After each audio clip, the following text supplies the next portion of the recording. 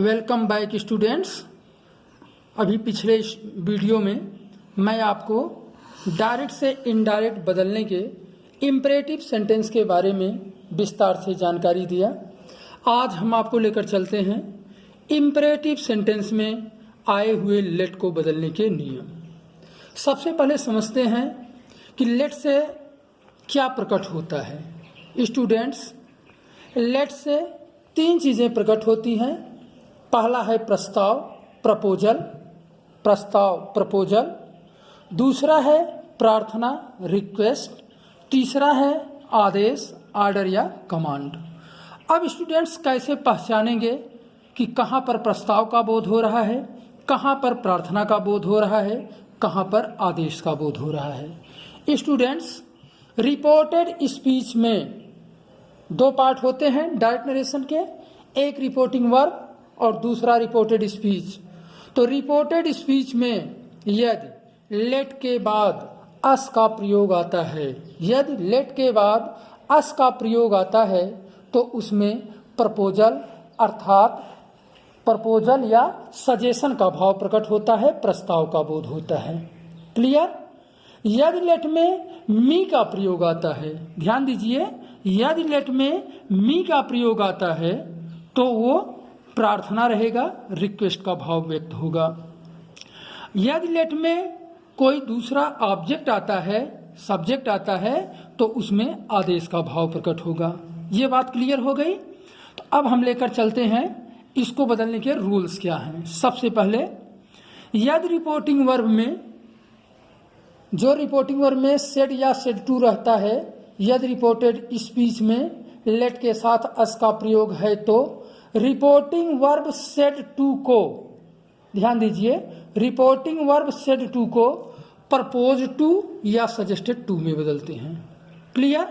Propose to या suggested to में बदलते हैं। कामा इन्वर्टेड कामा को हटाकर दैट का प्रयोग करते हैं और इसमें सब्जेक्ट लगाकर शुड का प्रयोग किया जाता है। अब ध्यान देने की बात है कि जो आपका अस है, अस ये ऑब्जेक्टिव केस में है, इसको नॉमिनेटिव केस में बनाने के लिए इसमें दे या वी का प्रयोग करते हैं। अब देखना है कब दे का प्रयोग करते हैं, कब वी का प्रयोग करते हैं। उदाहरण के माध्यम से लेकर के चल रहे हैं आपको।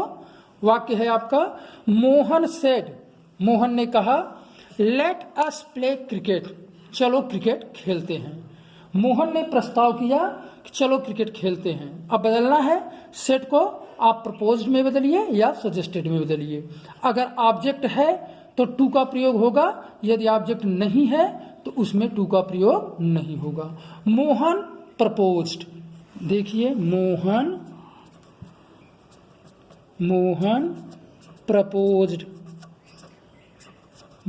प्रपोज्ड, कामा इन्वर्टेड कामा को हटा दिए, दैट। अब स्टूडेंट, ये अस, ध्यान दीजिए, ये अस, ये ऑब्जेक्टिव केस में है, इसको नॉमिनेटिव केस में बदलेंगे, कर्ता कारक में। अस का कर्ता कारक वी होता है और हम जानते हैं यह हमेशा रिपोर्टिंग वर्ब के सब्जेक्ट के अनुसार बदलता है। रिपोर्टिंग वर्ब का सब्जेक्ट जो है वह मोहन है। क्लियर? ध्यान दीजिए, यदि यहाँ पर आई और वी दो कर्ता छोड़कर कोई भी कर्ता रहेगा, मोहन, सीता, राम, ही, सी, कुछ भी रहेगा, तो हमेशा अस को दे में बदलेंगे, अन्यथा की स्थिति में वी बदला जाता है। क्लियर?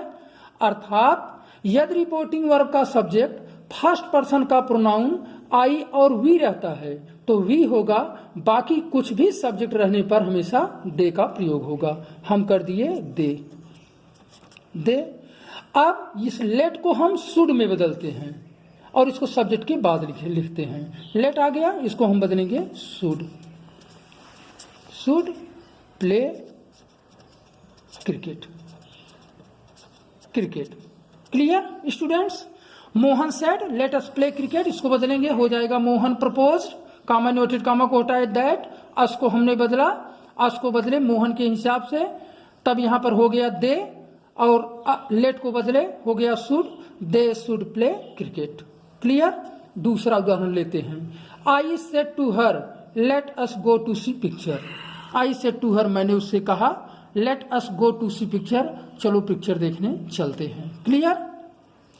आई से टू हर का क्या हो जाएगा? आई सजेस्टेड या प्रपोज्ड, आई सजेस्टेड, अब टू लगेगा, I suggested to her, comma inverted comma को हटाए, दैट। अब ध्यान दीजिए ये अस आया है, अस का यहां पर अब दे नहीं होगा। क्यों नहीं होगा? रिपोर्टिंग वर्ब आपका है, रिपोर्टिंग वर्ब का सब्जेक्ट फर्स्ट पर्सन का प्रोनाउन है, ये फर्स्ट पर्सन का प्रोनाउन। यदि रिपोर्टिंग वर्ब का सब्जेक्ट फर्स्ट पर्सन का प्रोनाउन रहता है तो वह ऑलरेडी हमेशा वी में ही बदलता है, इसका हो गया वी।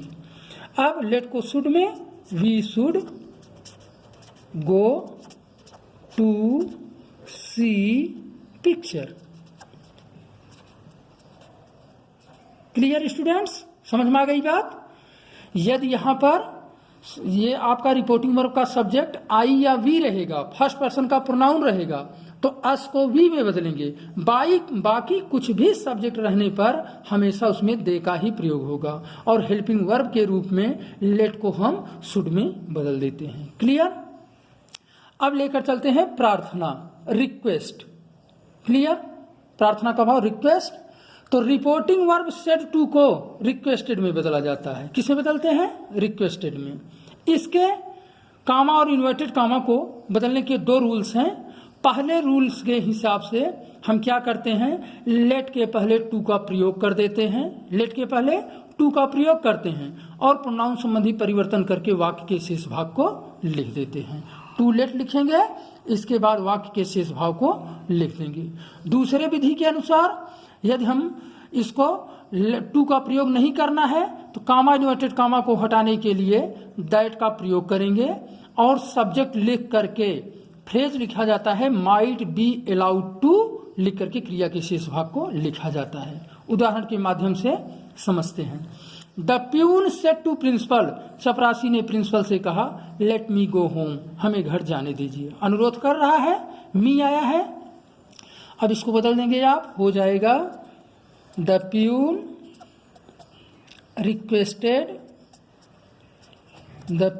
रिक्वेस्टेड प्रिंसिपल, टू का प्रयोग नहीं होगा,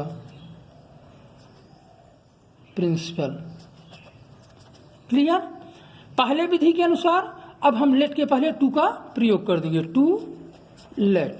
मी बदलेगा, ये आप जो सब्जेक्ट के अनुसार प्यून के हिसाब से, प्यून यदि जेंट्स में है अर्थात मैक्सिलिंग जेंडर में है तो हिम हो जाएगा, यदि फेमिनिन जेंडर में है तो हर हो जाएगा। टू लेट, मी बदला, ऑब्जेक्टिव केस में हो गया him. To let him go home. Clear students, समझ में आई बात। दूसरे विधि के अनुसार आपको लेकर चलते हैं, पूरी प्रक्रिया यही रहेगी।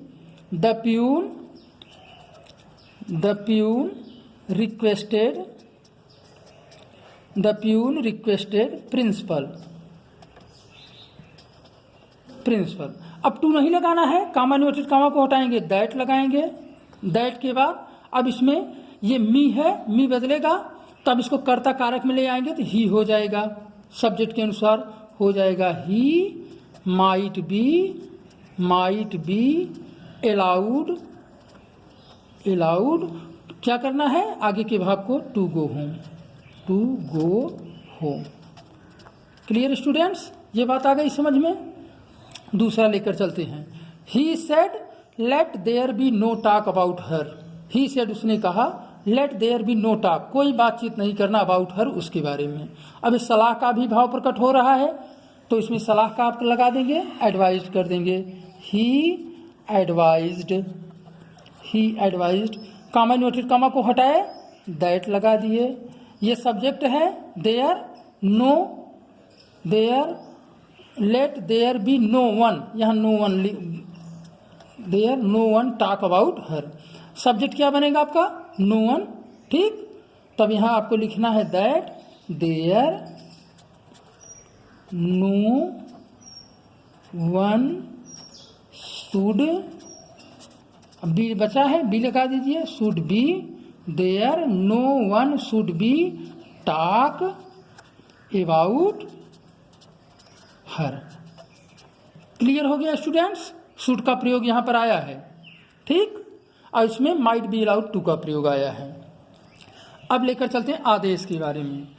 इसमें क्या करेंगे, रिपोर्टिंग वर्ब सेट को ऑर्डर्ड में या कमांडेड में बदलते हैं। सेट टू को किसमें बदला जाएगा, इसमें ऑर्डर्ड या कमांडेड में, ऑर्डर्ड या कमांडेड, ऑर्डर्ड या कमांडेड में, क्लियर, कमांडेड में, क्लियर।